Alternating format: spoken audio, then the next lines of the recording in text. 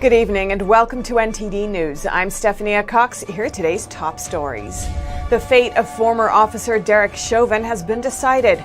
The jury announced their decision earlier today. This as cities nationwide brace for protests and potential violence. Meanwhile, Florida is taking a strong stance against violent demonstrations. Governor Ron DeSantis signed a new law that creates tougher penalties for rioting. Police have caught the alleged gunman who opened fire at a crowded New York grocery store. The suspect is said to be a current or former employee of the store, but his motive for the shooting may not yet be fully known. Some Texas Congress members reveal what they call lack of compassion at the southern border. They plead with Biden and Harris to take a look for themselves. Johnson & Johnson's vaccine awaits review in the U.S., but overseas, they've given it a green light.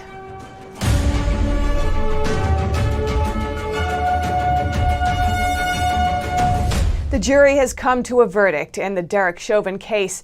This as protests are planned across the nation, regardless of the decision. NTD's Christina Kim has the story.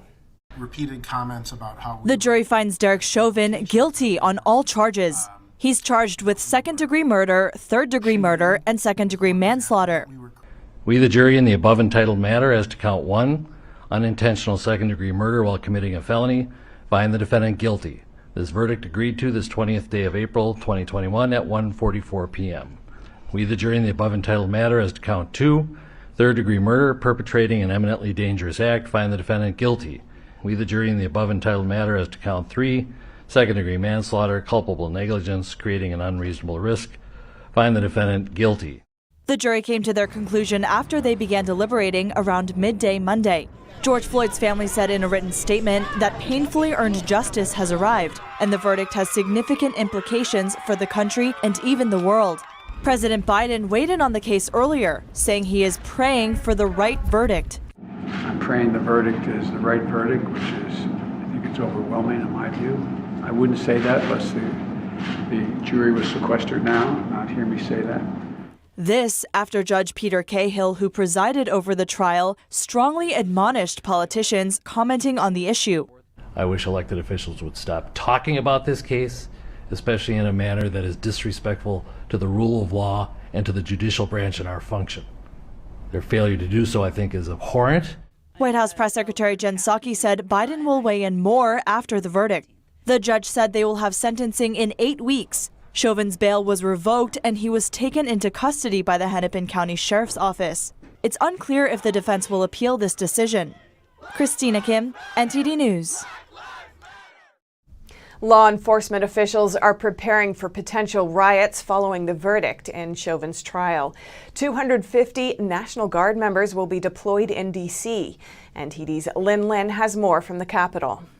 Washington, D.C. is bracing for protests and potential unrest. On Monday, the Army approved D.C. officials' request to activate National Guard troops. The city requested 1,000 guardsmen, but only 250 were approved. The guardsmen will support D.C. police until May 9th. They'll help with street closures and quickly respond to large protests. The only authority that can arm the National Guard is the president. And so we did not request any armed assistance. Currently, D.C. has 2,300 National Guard personnel stationed at the Capitol. Back in January, there were as many as 26,000 Guard troops in Washington. Other states also activated troops, including Minnesota and Illinois. Amid the civil unrest last summer, over 32,000 National Guard troops were activated in 32 states and Washington, D.C. In the Capitol, about 4,600 troops supported local law enforcement during the demonstrations. Lynn Lin, NTD News, Washington, D.C. And businesses in California's Bay Area were bracing themselves ahead of Chauvin's verdict. They're prepared for any possible unrest and protests resulting from the trial. NTD's David Lamb visits Oakland to learn more. In light of Friday's protests and its aftermath, businesses in Oakland have already started barricading themselves, like this huge wall over here. It wraps around this whole block and is about 8 feet tall in front of this commercial building. It's already looking like a ghost town around here, you know, and we keep tearing up our businesses and we won't have anywhere to go. The 20-year Oakland resident says he thinks people believe their message will be unheard until they start destroying things. I feel bad about the whole thing. George Floyd and his family and this whole thing, how it went down.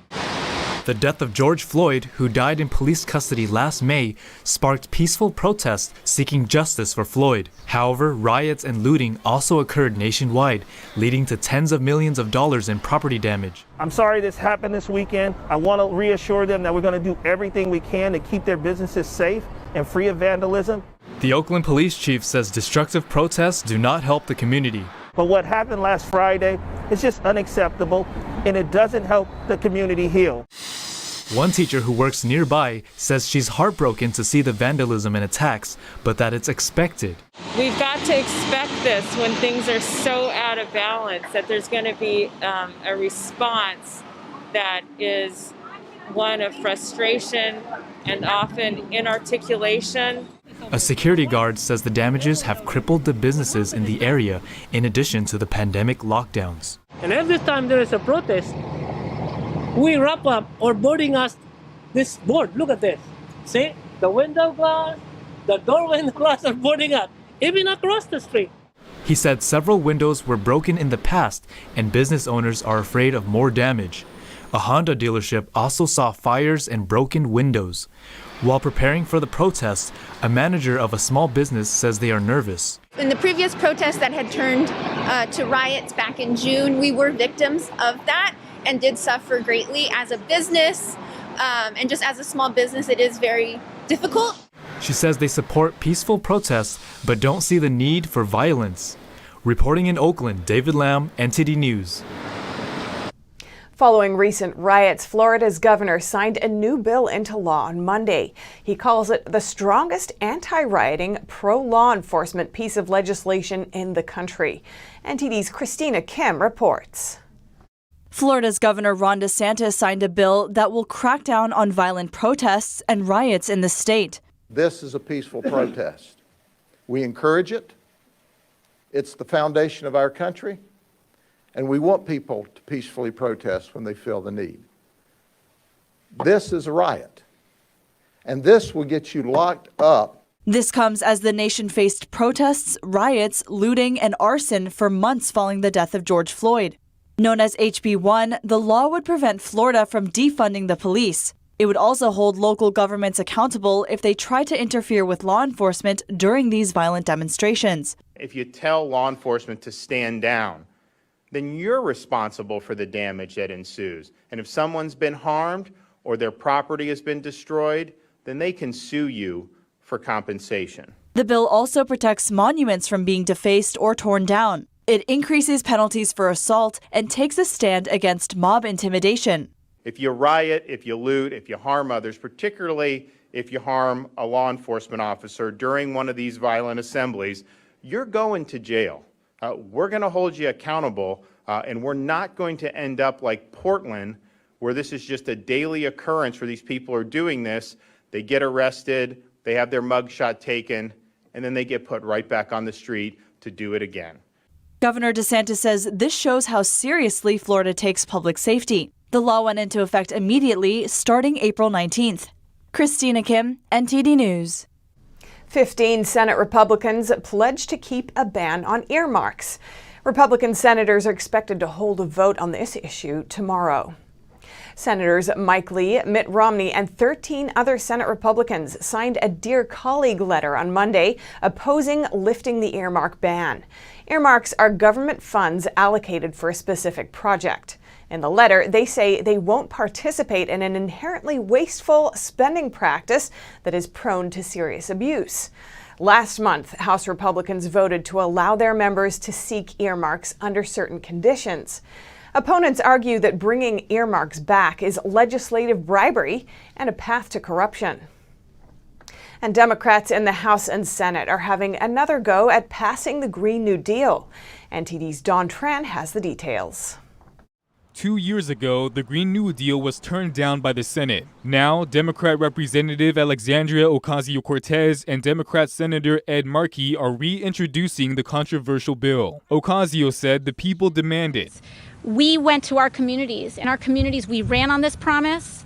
We're fulfilling our promises, and we're going to continue fighting for economic and environmental justice. The lawmakers argued their deal does not force the country to choose the environment over the economy. The proposal includes spending over $170 billion on public housing over 10 years, and it provides up to $1 trillion over 4 years for cities, tribes, and territories to fund their own localized versions of the Green New Deal. We will build homes, build careers, build futures. This is our opportunity to not only retrofit our buildings, but to future-proof our workers and the planet. But some Republican lawmakers opposed the deal. House Republican leader Kevin McCarthy said their plan would destroy our economy, plain and simple. Senate Republican leader Mitch McConnell said their plan will increase government finance, which will cause more debt. In the hope that we can convince the majority in the House and Senate to focus on this issue in a way that is more modest than this multi-trillion-dollar bill, which is a Trojan horse for revisiting the 2017 tax bill and raising the debt even more. The tax plan will need the support of 10 Republican senators in order to reach the president's office. Ocasio said politicians have a responsibility they need to live up to. The greatest risk is doing nothing on climate or doing too little. That is a greater political risk. House Republicans have gotten together for a 3-day energy innovation summit to address climate change. They're looking into technological innovations and natural solutions.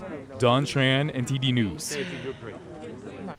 A group of Texas representatives recently took a trip to the southern border, and now they're revealing what they saw. NTD's Melina Weiskup has more from Capitol Hill. A group of about 13 Texas representatives say their communities are suffering from the border crisis, and they suspect a snowball effect in the years to come. That's due to the strain it will have on the economy, the foster care system, and the increase in drug and sex trafficking. Representative Ronnie Jackson warns of a criminal crisis in the future years, since many of these young migrants that come are indebted to cartels. They said we have to work it off when we get there. Listen to me, work it off when you get there. Work it off for the cartel. They're going to be involved in criminal activities on behalf of the cartel when they get here. What we witnessed were kids who were totally traumatized. As for Representative Kevin Brady, he worries that this unprecedented surge will victimize America's foster children. And many of them that you see in the border will be placed in America's already overburdened foster care system. In fact, this week, as our colleagues noted, the number of unaccompanied minors in HHS custody reached a record high of 20,000. The group toured a facility that is meant to hold 250 people, but they saw 5,700 laying side by side. They're staying there for different periods of time. They're supposed to be there less than 72 hours, but some of them were there. Some of the women in particular were there for almost 30 days when we got there. Even getting this photo proved difficult for them. And she followed us around like a KGB handler.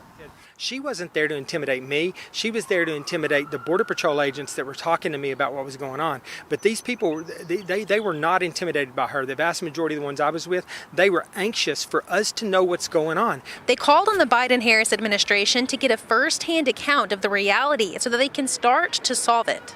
Ranchers in West Texas who are afraid to go take care of their livestock because they have so many people, like has been mentioned, either on the terror watch list or cartels. The representatives reiterated time and time again that allowing this humanitarian crisis to escalate at the border is not compassionate, not for the American people or for the migrants that are trying to come. They say they know Democrats don't like Trump, but urge them to acknowledge some of his policies that did help quell some of this chaos at the border, such as the Remain in Mexico policy. But they say their pleas fall on deaf ears. In particular, Representative Jackson says every time this topic is brought up in the House, it gets ignored across the aisle. Vice President Kamala Harris is planning a trip to Guatemala and Mexico, but has yet to secure a trip to the southern border. Reporting in Washington, D.C., Melina Weiskup, NTD News.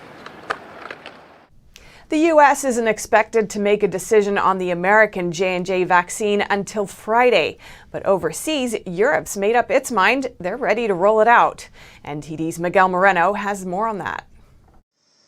The U.S. called for a pause on the Johnson & Johnson vaccine after 6 people developed rare adverse reactions, but the European Medicines Agency is moving ahead. They say there is a possible link between these rare blood clots in combination with low blood platelets and the vaccine, but this is not enough for a pause. When vaccines are rolled out to a large number of people, it is possible that very rare side effects can occur. We can spot these events very quickly, and we can take action to make sure that healthcare professionals and patients are aware and can take necessary action. J&J says they'll now resume their rollout in the EU, Norway, and Iceland with updated information about the adverse effects in question. The FDA and CDC are scheduled to publicly review the vaccine this Friday. A study shows that people's confidence in J&J's one-shot vaccine fell after the pause. But medical researcher and physician Jacob Wesley Ulm is optimistic about its future. If the J&J vaccine were to be approved on Friday, how do you think it would fare in the eyes of the public and the medical community compared to the Pfizer and Moderna vaccines? Yeah, it's a great question, Miguel, and obviously very timely and relevant right now. I would say something should inspire confidence is that essentially we are in uncharted territory right now. So what might have been a deal breaker or at least sown a lot of doubts for a previous epidemic or infectious disease, right now I think the public is able to deal with it more. And it also has certain advantages compared to most of the other vaccines. One obviously being that it only requires one shot. Even if approved, there are some communities that may never come to accept it unless it changes the way it's made. The church advised Catholics to avoid vaccines produced with cells cloned from aborted fetuses. J&J uses cloned fetus cells to produce its vaccines. Pfizer and Moderna do not. Miguel Moreno, NTD News. The Chinese Communist Party continues to take internet censorship, surveillance, and propaganda to unprecedented levels. That's one of the conclusions from the newest report released by Reporters Without Borders. NTD's David Vives has more. A virus of disinformation is taking over Asia, and China's largely to blame. That's according to the Reporters Without Borders annual report released on Tuesday. The NGO says the Chinese Communist Party's state propaganda has scaled up to unprecedented levels following the virus crisis. The whole Asian continent is being contaminated by the virus of media censorship and of media surveillance. This is very, very dangerous.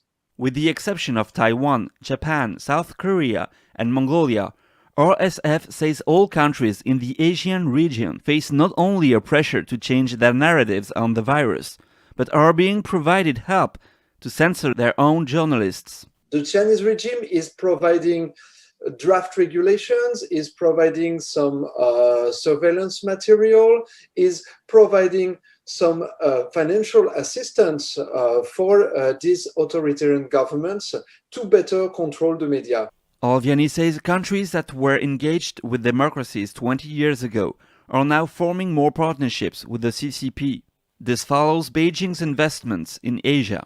In order to secure these, the CCP creates deeper bonds with neighboring countries, as in Cambodia, where China funds 70% of the country's much-needed roads and bridges. The NGO director says true democracies should use their momentum to defend against the dictatorship's propaganda and set examples of how to face CCP interference.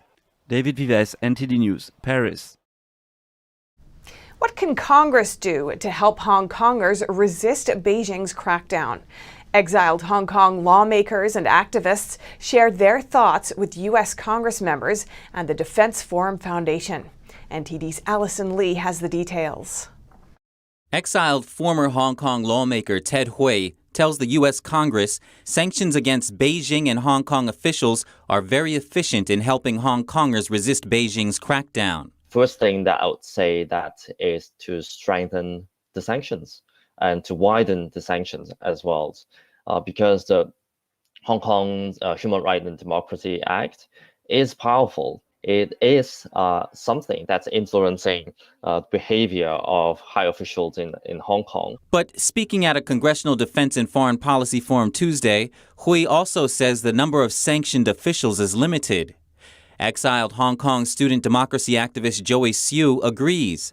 She adds, in addition to sanctioning officials, the U.S. should also consider sanctioning entities that have helped the Chinese Communist Party, or CCP. Especially financial institutions which have been involved or have been contributing to the human rights atrocities committed by the Chinese Communist Party. For example, HSBC, which has frozen TED and also the other pro-democracy stakeholders' account. Siu points out the CCP has been successful at co-opting the business community in Hong Kong and using red capital and state-owned enterprises to further infiltrate local economies. But she also adds it's not just Chinese and Hong Kong companies that have become subservient to Beijing. We are also seeing our own companies have been kowtowing to Beijing. We have been sacrificing our human rights values in exchange of the very great and also very attractive economic benefits from the Chinese Communist Party. So it would also for us to highlight and also to stress on the importance of responsibilities of our own companies. Siu says she believes the U.S. can regulate those corporations and their cooperation with Beijing and Chinese state-owned companies. She says she is pleased about the introduction of the Bipartisan Strategic Competition Act of 2021 earlier this month. Last week, 2 senators introduced a bipartisan bill aimed at fighting back against Beijing's unfair trade practices. And just Monday, the House overwhelmingly passed a resolution condemning Beijing's suppression of freedoms in Hong Kong. Reporting by Allison Lee, NTD News. James O'Keefe, the founder of undercover journalism nonprofit Project Veritas, has filed a lawsuit against Twitter. This is after the tech giant permanently banned him from the platform. Now, O'Keefe is suing for defamation. O'Keefe announced he would sue Twitter shortly after his permanent ban. On Monday, we are filing a lawsuit. We are going to sue them. He followed through and filed a lawsuit in the Supreme Court of Westchester County, New York on Monday. His lawsuit claims Twitter knowingly defamed him in their statement explaining his permanent suspension.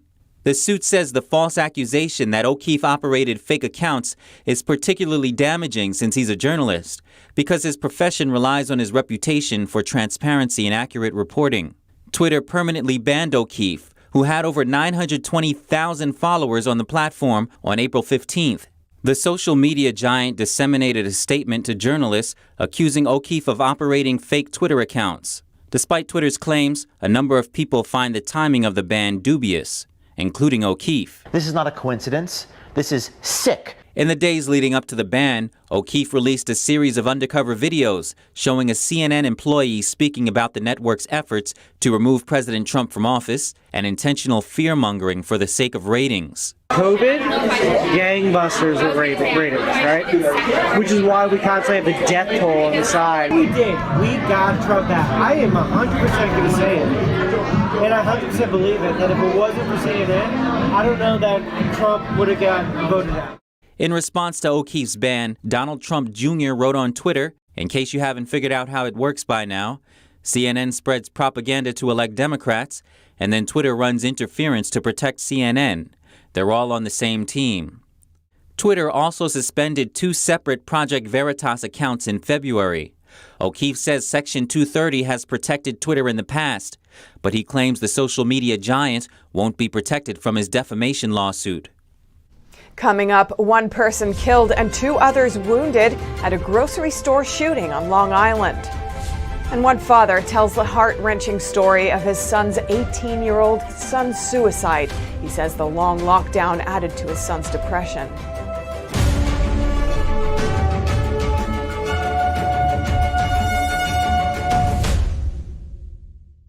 A shooting today at a grocery store on Long Island. 1 person was killed and 2 others injured. NTD's Jason Perry has more. The shooting occurred inside the manager's office of a Stop and Shop grocery store at around 11:15 this morning. The suspect, Gabriel DeWitt Wilson, is a current or former employee of the grocery store. He got away after the shooting, but was later arrested by police. One of the victims, a 49-year-old man who worked at the store, died from his injuries. 2 employees were shot and are currently being treated at a hospital. Governor Cuomo said he is praying for the victims and his heart breaks for their families and loved ones.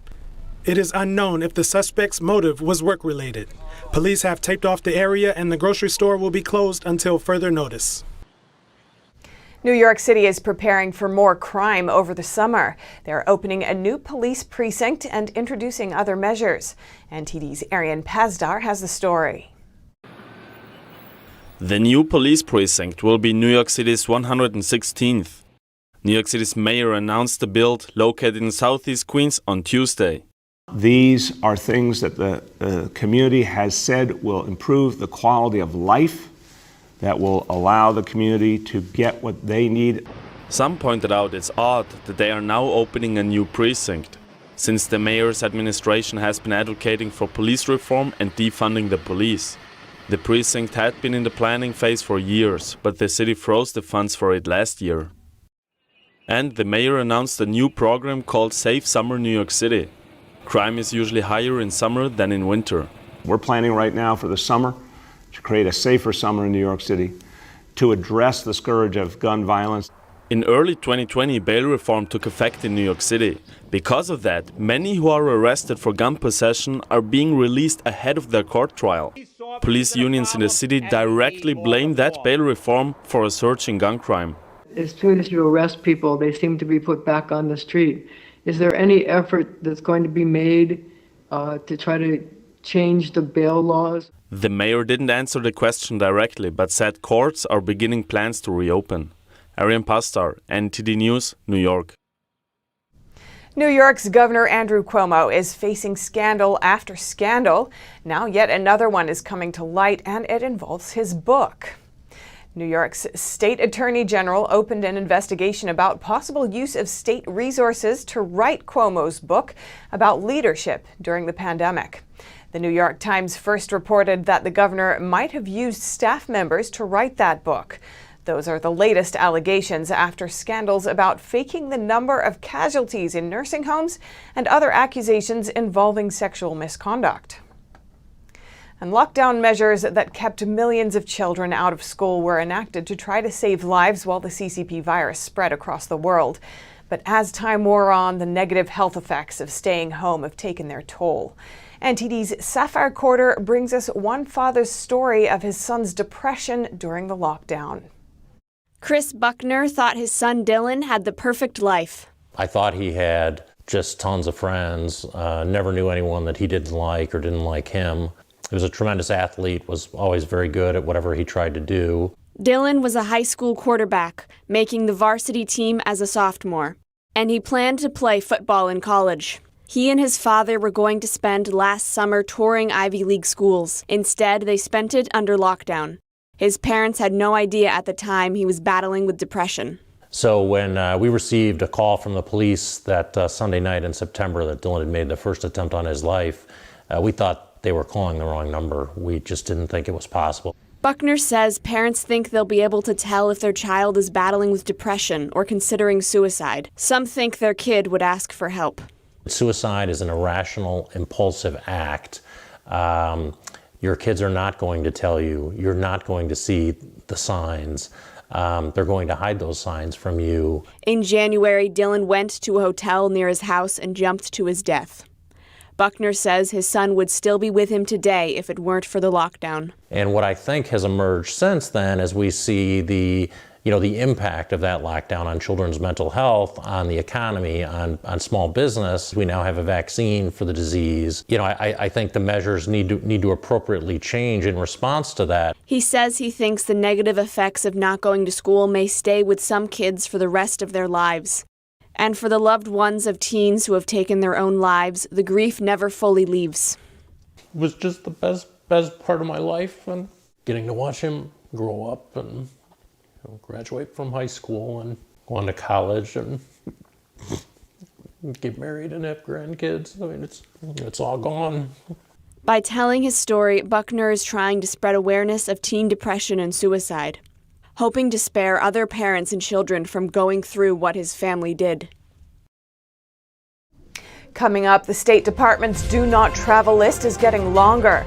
Americans will soon be discouraged from traveling to 80% of countries worldwide due to the pandemic. Millennials are the student debt generation, and a majority believe their loans weren't worth it. A new survey shows some depressing findings.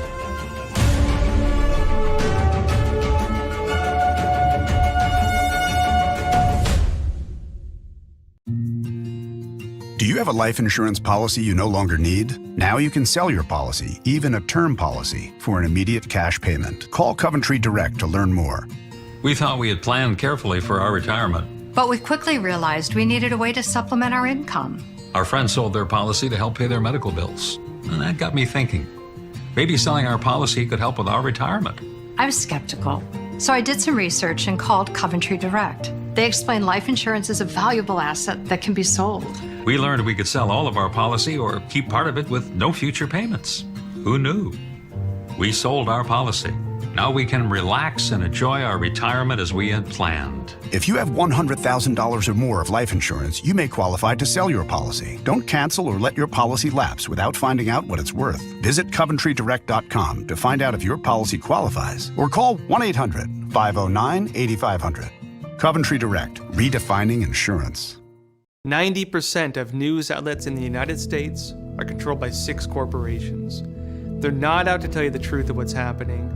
They're out to tell you the picture of the world that they represent. The mission of the Epoch Times is to chase the truth, to ground all statements in facts, and prevent people from being misled.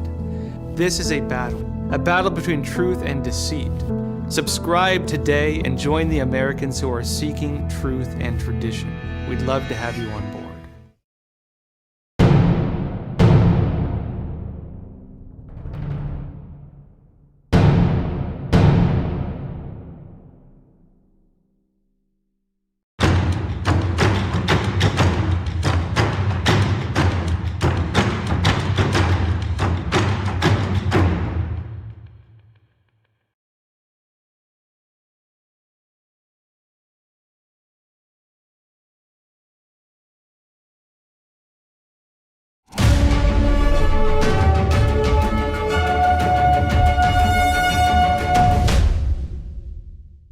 The State Department is expanding its travel advisories. Americans will soon be discouraged from traveling to 80% of countries worldwide due to the pandemic. The agency said Monday it would update its travel advisories to be more aligned with the CDC's prevention advisories. The list had already featured 34 countries flagged under the Do Not Travel advisory. The latest move boosts that number to roughly 130. The agency's media note said the change isn't because of reassessments of the current virus situations in the countries, but an effort to align guidance with CDC assessments. The White House has given no timeline for easing the restrictions. And as millennials become mature adults, a new poll shows over half believe student loans weren't worth it.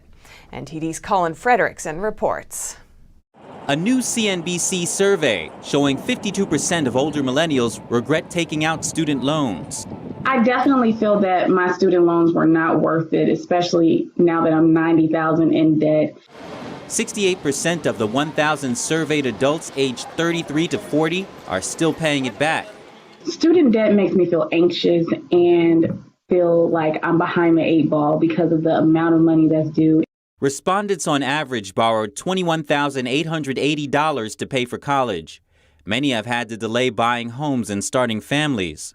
Millennials are very challenged by student loans, partly because of the opportunities to gain income and the tougher job market, the tighter job market. It's harder for students to get in. Degree holders are still generally better off, with higher earnings and better job security. But the debt isn't worth it for many. Borrow the least amount that you can possibly borrow, one. And then two, when you're thinking about student loan debt, also think about what your career opportunities are beyond college and what financial position you're going to be in to be able to repay that debt. These days, many plan on skipping college altogether. A program called Praxis helps you apprentice at a growing business with no college degree required. We started Praxis with the goal of helping young people get, prepared for their long-term careers as soon as possible by focusing on gaining real-world experience. The one-year program matches young adults with full-time paid apprenticeships. Over 400 people have graduated from the program so far. Colin Fredrickson, NTD News. Get ready to pay more for some everyday products. Procter & Gamble says it'll raise prices on certain household staples in September. Consumer products company Procter & Gamble, which beat quarterly sales and profit estimates on Tuesday, announced it will start charging more for household staples. The global health crisis has boosted sales of P&G's hygiene and washing products, such as Charmin toilet paper and Tide laundry detergents, for over a year, as consumers stockpiled on essentials and cleaning supplies to stay prepared for lockdowns. With the demand still up, P&G maintained its annual sales growth at 5 to 6% and raised its planned share buybacks for fiscal 2021 by $1 billion to $11 billion. However, the rollout to vaccines and people starting to return to more relatively normal lives have raised doubts over how long that level of growth can be maintained. Another challenge, commodity prices are rising. To offset that, P&G said it will hike prices on baby care, feminine care, and adult incontinence products. It's the latest consumer products company to announce price hikes amid pressure by recent increases in cost of raw materials such as pulp, recycled fiber, and resins. Rival Kimberly-Clark said in March that it would hike prices of its Scott toilet paper, tissues, and diapers in North America. Coming up, a bombshell report reveals that Huawei has access to over 6.5 million cell phone users' data in the Netherlands. It may have even been able to access the country's prime minister's phone calls. Stay tuned for more in just a moment on NTD News.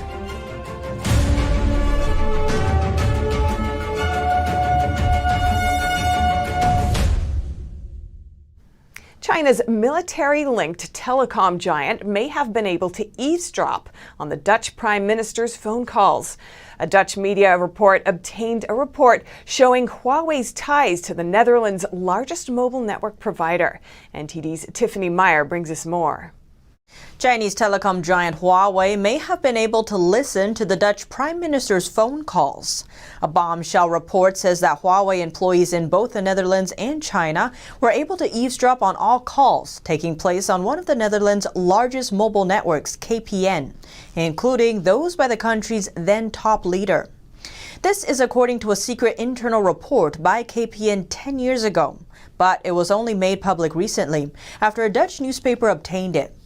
In 2010, the Dutch operator worried that the report could be too damning.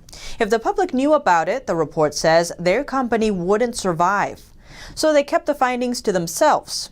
KPN had 6.5 million subscribers at the time, and then Dutch Prime Minister also used the service. The report says Huawei employees were able to know which numbers were tapped by Dutch police and intelligence services. Responding to the Dutch newspaper, KPN said there is no evidence Huawei stole their customer data. Huawei also denied the claims in the report. Huawei's founder and CEO used to work for the Chinese military. The U.S. believes Huawei poses national security risks. The Trump administration ramped up efforts persuading allies to stop using their 5G service. In 2019, KPN dropped Huawei from its 5G network, but continues to use it for other services. Last year, the UK banned network providers from using Huawei products. The US and Japan are teaming up to invest $4.5 billion in 6G technology. The goal is to create an alternative to a Beijing-led 5G data network. While 5G networks still have limited coverage as of now, President Biden and the Japanese Prime Minister are already talking about 6G. It's going to be even faster than 5G. 6G is the next generation standard now under development for wireless communications. China, South Korea, Germany, the UK, Finland, and Sweden are competing with each other to develop the best 6G network.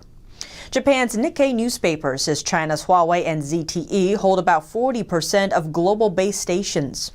Last October, the U.S.-based Alliance for Telecom Industry Solutions announced the launch of an industry initiative to advance leadership in 6G.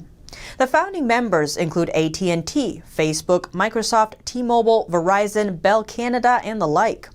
But the alliance excludes Huawei and ZTE.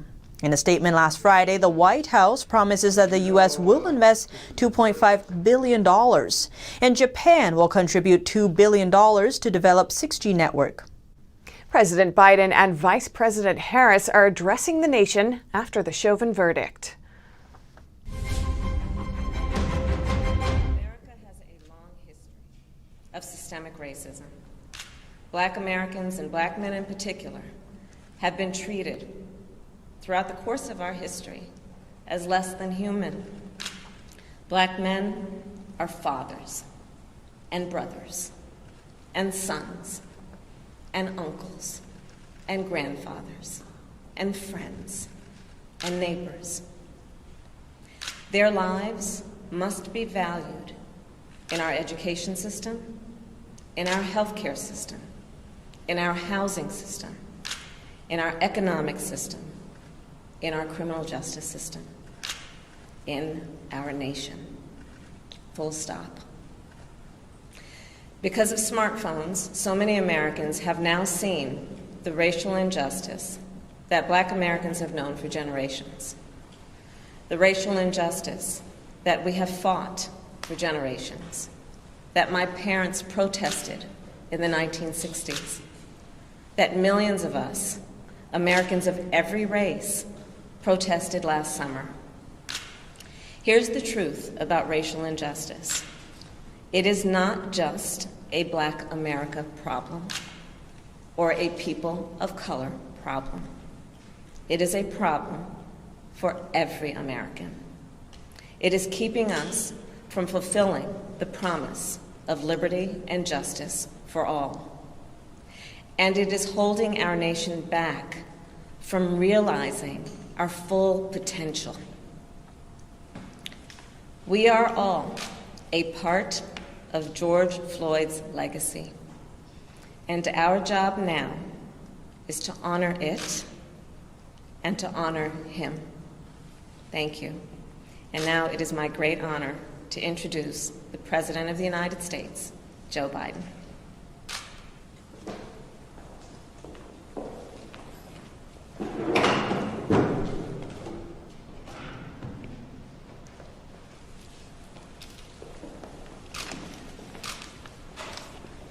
Today, a jury in Minnesota found former Minneapolis police officer Derek Chauvin guilty on all counts in the murder of George Floyd last May.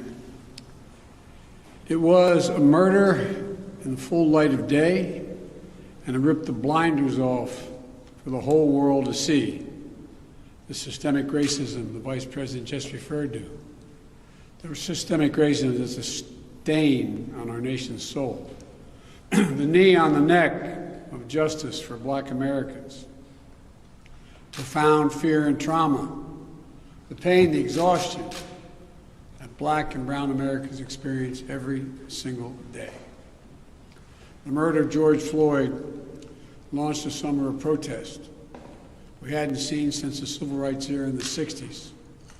Protests that unified people of every race and generation in peace and with purpose to say enough, enough, enough of the senseless killings. Today's verdict is a step forward. I just spoke with the governor of Minnesota, who thanked me for the close work with his team. And I also spoke with George Floyd's family again. A remarkable family of extraordinary courage. Nothing can ever bring their brother, their father back. But this can be a giant step forward in the march toward justice in America. Let's also be clear that such a verdict is also much too rare. For so many people, it seems like it took a unique and extraordinary convergence of factors. A brave young woman with a smartphone camera, a crowd that was traumatized witnesses, a murder that lasts almost 10 minutes in broad daylight for ultimately the whole world to see. Officers standing up and testifying against a fellow officer instead of just closing ranks, which should be commended. A jury who heard the evidence carried out their civic duty in the midst of an extraordinary moment, under extraordinary pressure. For so many, it feels like it took all of that for the judicial system to deliver a just basic accountability. We saw how traumatic and exhausting just watching the trial was for so many people. Think about it, those of you who are listening. Think about how traumatic it was for you. You weren't there. You didn't know any of the people. But it was difficult, especially for the witnesses who had to relive that day. It's a trauma.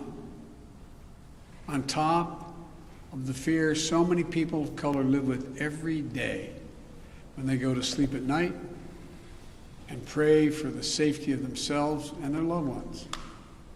Again, as we saw in this trial from the fellow police officers who testified, most men and women who wear the badge serve their communities honorably. But those few who fail to meet that standard must be held accountable, and they were today. One was. No one should be above the law. And today's verdict sends that message. But it's not enough. We can't stop here. In order to deliver real change and reform, we can and we must do more to reduce the likelihood that tragedies like this will ever happen and occur again. To ensure that black and brown people, or anyone, so they don't fear the interactions with law enforcement, that they don't have to wake up knowing that they can lose their very life in the course of just living their life.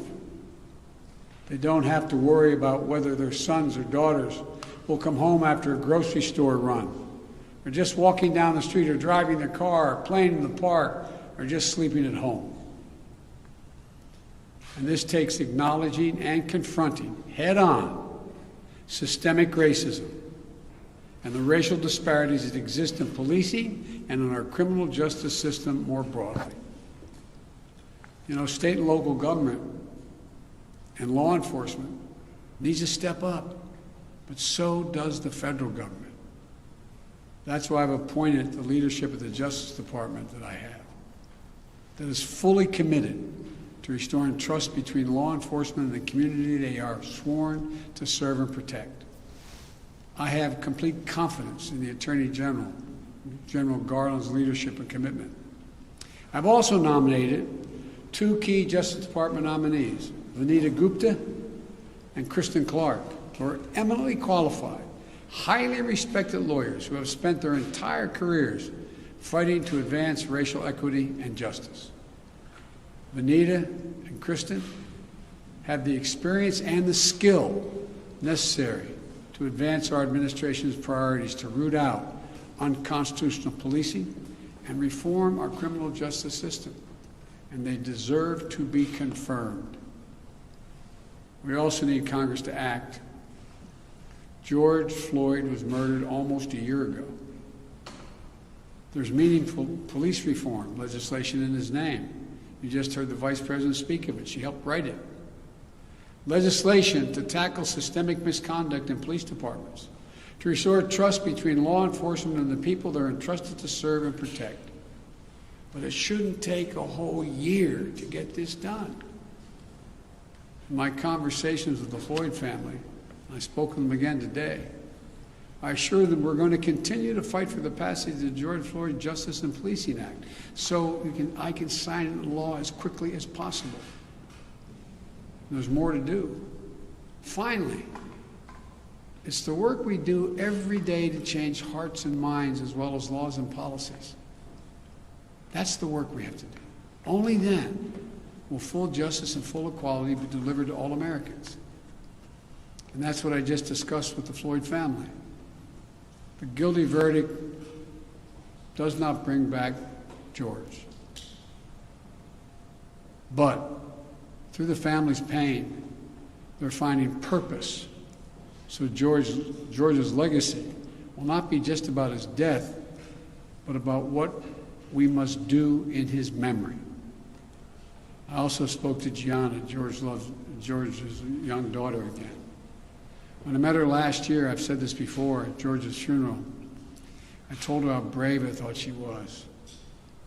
And I sort of knelt down to hold her hand. I said, Daddy's looking down on you, he's so proud. She said to me then, I'll never forget it, Daddy changed the world. And I told her this afternoon, Daddy did change the world. Let that be his legacy, a legacy of peace, not violence, of justice.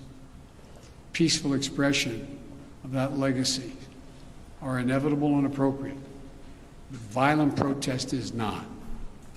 And there are those who will seek to exploit the raw emotions of the moment, agitators and extremists who have no interest in social justice, who seek to carry out violence, destroy property, fan the flames of hate and division, who will do everything in their power to stop this country's march toward racial justice. We can't let them succeed. This is a time for this country to come together, to unite as Americans. There can never be any safe harbor for hate in America. I've said it many times. The battle for soul of this nation has been a constant push and pull for more than 240 years. A tug of war between the American ideal that we're all created equal and the harsh reality that racism has long torn us apart. At our best, the American ideal wins out. So we can't leave this moment or look away thinking our work is done. We have to look at it, we have to look as we did for those 9 minutes and 29 seconds. We have to listen. I can't breathe. I can't breathe. Those are George Floyd's last words. We can't let those words die with him. We have to keep hearing those words. We must not turn away. We can't turn away. We have a chance to begin to change the trajectory in this country. It's my hope and prayer that we live up to the legacy. May God bless you. May God bless George Floyd and his family. Thank you for taking the time to be here. This can be a moment of significant change. Thank you.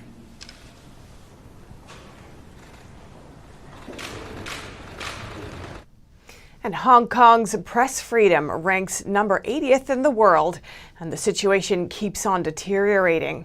This is according to Reporters Without Borders' annual report released today.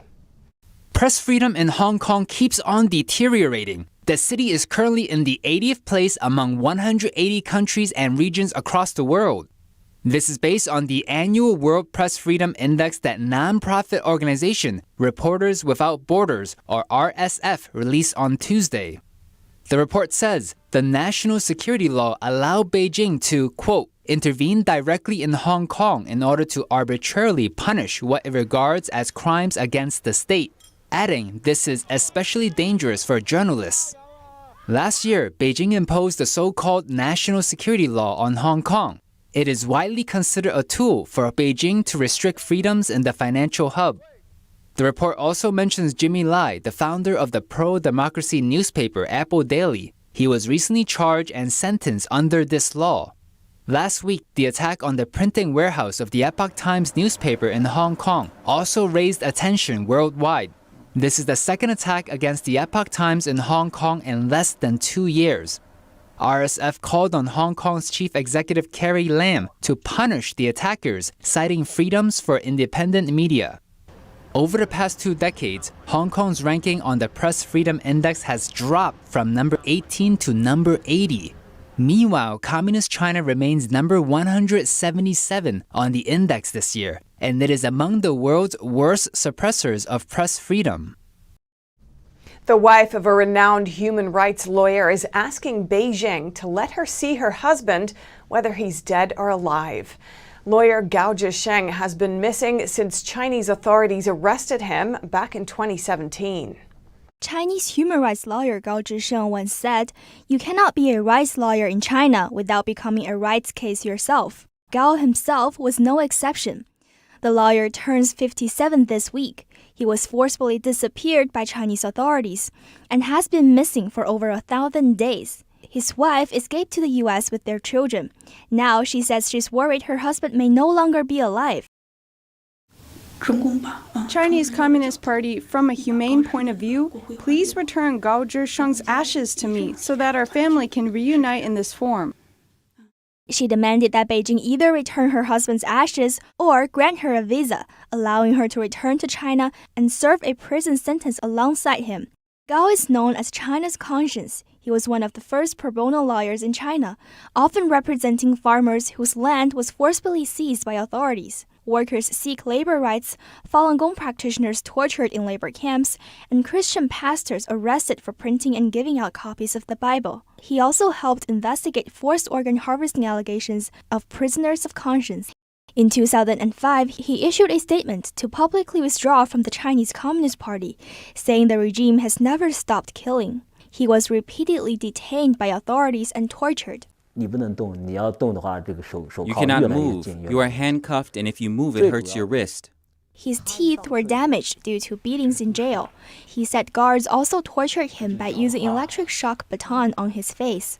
The Chinese regime is not a regime. They are monsters. This family paid a huge price for speaking up. In May 2020, Gao's sister committed suicide after enduring years of harassment and intimidation. That's because of her relation to her brother. But the wife said she won't stop her efforts despite the pressure. I think it is for the sake of the children. I have to give the children an explanation. I think I still have to get up to look for Gao Zhisheng. Much like how her husband's strength never wavered, even in the face of enormous difficulty. My strength to survive comes from my belief in God, my faith in people.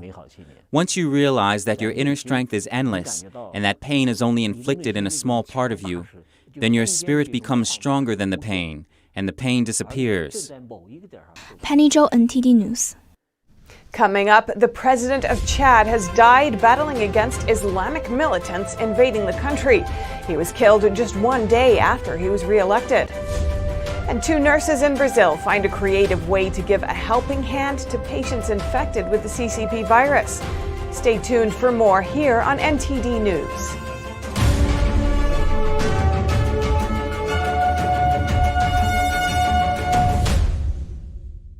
It's just clear as day. The media, whether it's broadcast, cable, or print media, has become extremely biased. And I started looking online for alternative ways to get information. And I saw an ad for a free trial.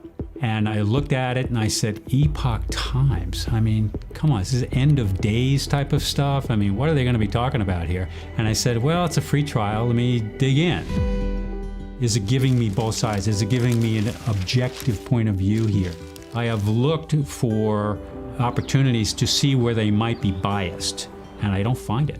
It has given me a level of trust in media that I didn't think I'd ever get back. I love the Epoch Times because it has renewed my faith in the idea that a reliable, responsible, non-biased source of information is available. And I can say that I love it because of that.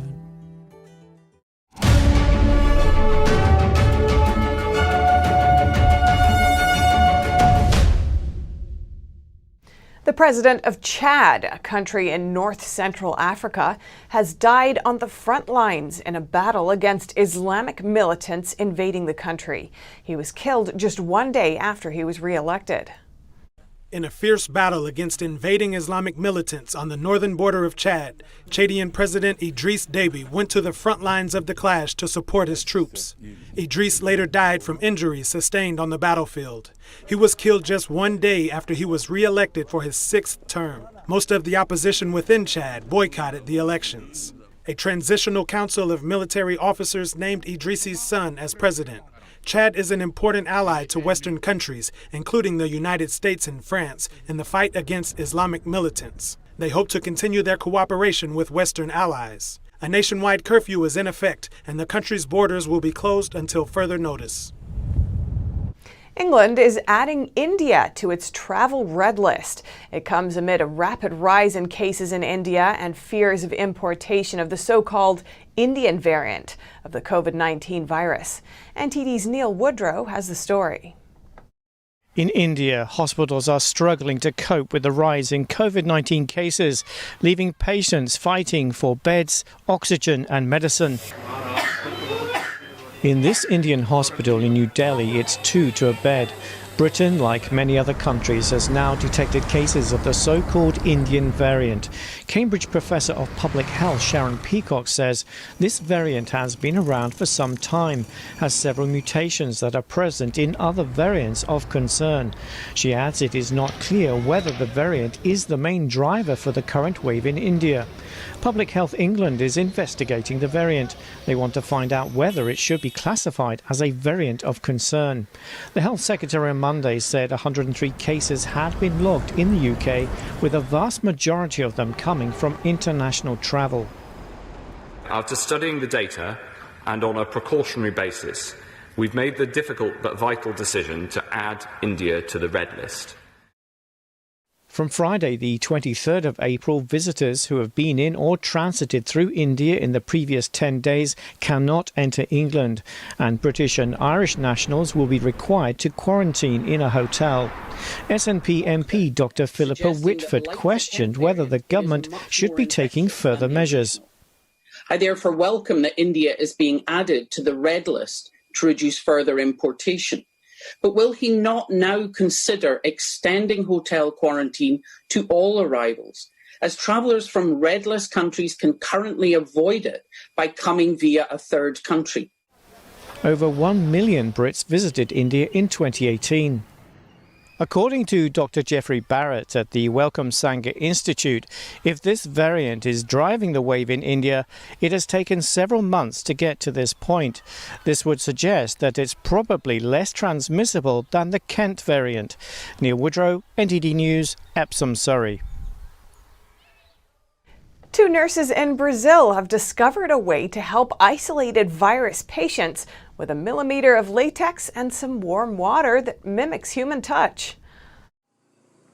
The fight against COVID-19 is a lonely one, with hospital patients battling for survival without family or friends by their side. But 2 nurses in Brazil have discovered a small way to give a helping hand. They fill and tie latex gloves with warm water, like water balloons, and link them through patients' fingers to mimic the human touch. They call the improvised technique Little Hands of Love. It is something that cannot be explained. It's unbelievable how fast you can see a change in the patient. Seme Araújo Cunha and Vanessa Formenton developed the method last month as the current brutal surge in COVID-19 was gaining speed. Here, Cunha is putting gloves on each hand of an unconscious patient, fighting for his life. They say there are additional benefits beyond the emotional support it can provide. We noticed that in addition to improving blood flow, the patient's hand being cold gives false readings of low oxygen levels, so warming the hand improves that issue. Also, because of the human element, the patient feels comforted, as if someone were holding hands with them. The idea began with the 2 of them in their São Carlos hospital in São Paulo state. Now, hospitals around the city are adopting the technique, with staff praising the gloves for hand-delivering immediate results. Coming up, German researchers release remarkable video footage of the European honeybee. Cameras record life inside the hive and offer new insights into the little bees. And a boat that can almost fly over a lake in the Alps hopes to define the future of boating. That and more on NTD News.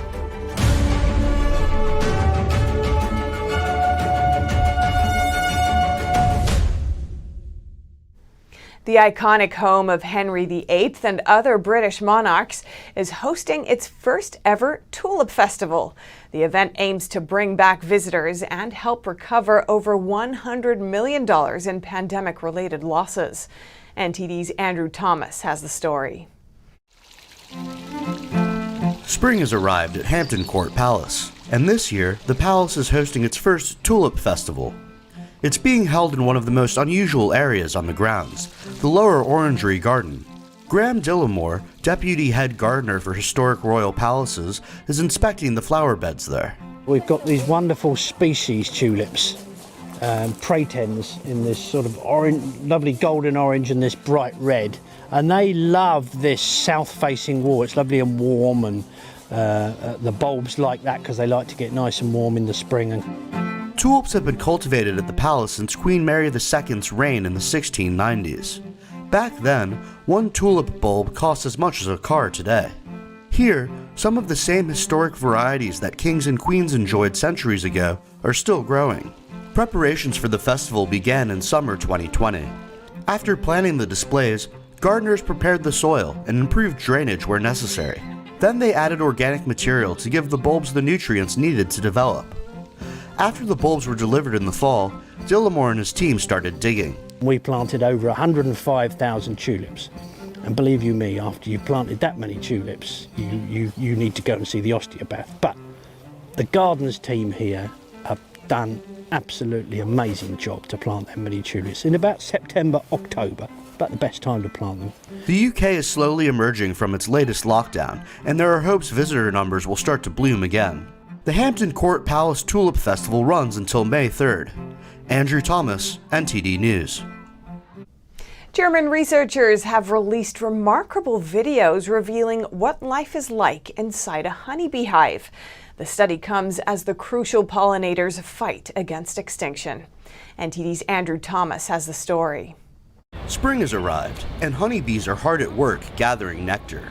The European honeybee is a social insect that lives in colonies. They have been used by beekeepers for centuries to help pollinate crops and for their sweet honey. German scientists have now captured a unique glimpse into the bee's hidden world with cameras inside a section of honeycomb. The footage revealed a queen laying her egg, mouth-to-mouth feeding of larvae by worker bees, pollen storage, and even cannibalism. I think this is a very important step for the 21st century because we can share videos so easily via the internet, and this is such a great possibility for beekeepers and for scholars or the public in general to learn about bees. According to the UN, almost 35% of all invertebrate pollinators, particularly bees and butterflies, are facing extinction. At the same time, about 90% of the world's wild-flowering plant species, more than 75% of the world's food crops, and 35% of global agricultural land depend on pollination. Seifert describes honeybees as a symbol of a healthy ecosystem. The honeybee is more or less a symbol for ecological awareness. And I would say this is one of the most important things in honeybee research, to look at it as a model organism. The UN says between $235 billion and nearly $580 billion worth of annual global food production relies directly on pollinators. Andrew Thomas, NTD News. A boat that can almost fly is making waves on a lake in the Alps. An all-electric vessel is hoping to define the future of boating. NTD's Arian Pazdar has that story. When the boat's pilot pushes the throttle, his vessel almost takes off like an airplane. So we're using about 25 horsepower now at a speed of 20 knots. And a normal boat will consume about 100 or 120 horsepower at this speed. The Sweden-based company's new Candela 7 electric boat uses hydrofoils. They act like underwater wings, lifting the boat's hull up into the air and reducing water surface friction by about 80%. That makes it possible to cruise long distances on battery power alone. Flying boats have been around for a century, and they have been pretty popular, but they also had drawbacks because the foils protrude quite a bit and you can't retract them. But Candela's design solves those problems. With the use of modern technology used in drones and smartphones, Candela 7 can sail on lakes and rough seas. Sensors on the bow of the boat detect waves. If you would have made this boat 25 years ago, it would probably have cost you 15 million euros to buy. Now the boat costs about $300,000. The Candela 7 also comes with a smartphone app, so owners can track their journey, the vessel's battery life, and control music and lighting. The big difference is that this boat is 95% cheaper to operate, so it's basically free to cruise on electricity. He added that cruising for an entire day costs less than $10. Malberg has high hopes on his boat design. So we think this is the future of boating. This is how boats will look like in the future. While the Candela 7 is the Swedish startup's first product, the company aims to use its foiling technology on ferries and ships as big as 200 feet long. Candela plans to launch a ferry near Stockholm in 2022 that can carry up to 30 passengers. Arian Pastar, NTD News. And that's all for today's news. Thanks for tuning in. I'm Stephanie Cox.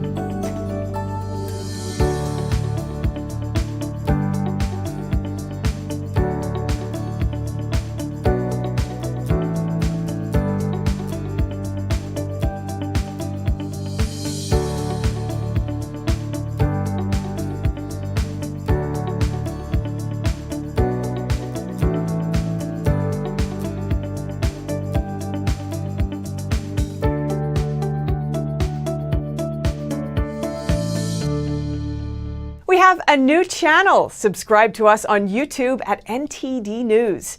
Get the highlights of our news broadcast and the most important headlines that we curate especially for you. Don't miss out on important news. Our videos are being deleted.